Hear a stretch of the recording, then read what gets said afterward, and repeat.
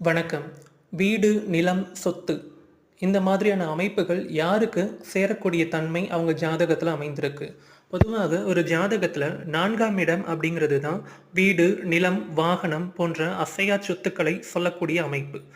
4ஆம் பாவகம் ஒரு ஜாதகத்துல மிக வலிமையாக இருக்க வேண்டும். பாவத்துவம் இல்லாம இருக்கணும். சுபத்துவமா இருக்கணும்.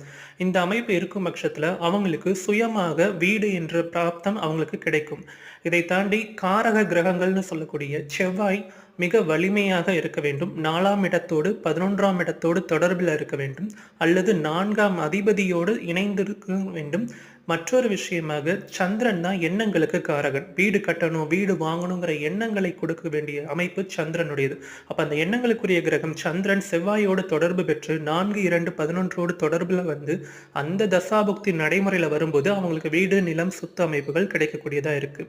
எந்த விதத்திலும் பாவகிரகங்கள் தொடர்பு சேர்க்கை இருக்காம இருக்கிறது தடைகளை